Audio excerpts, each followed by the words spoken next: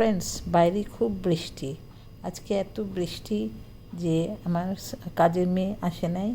এখন সকালবেলা ভাবলাম কি নাস্তা করি, আবার ভাবলাম ঠিক আছে একটা নুডলসই বানিয়ে ফেলি। তো তাই একটু গাজর কুচি কুচি করে কাটলাম, ডিম ফেটলাম, পেঁয়াজ কুচি করলাম, ধনেপাতা কাঁচামরিচ কুচি করলাম। এখন প্রস্তুত আমার নুডলস বানানোর।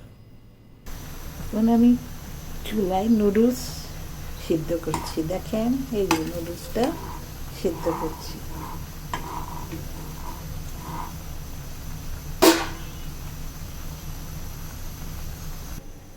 এখন নুডলসটা ঝরিয়ে ফেললাম।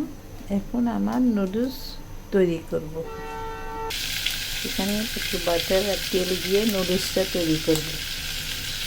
এখন গাজর কুচি দিলাম, পেঁয়াজ, কাঁচামরিচ, ধনেপাতা আর নুডলসের মশলা দিয়ে এটাকে নাড়াচাড়া করব।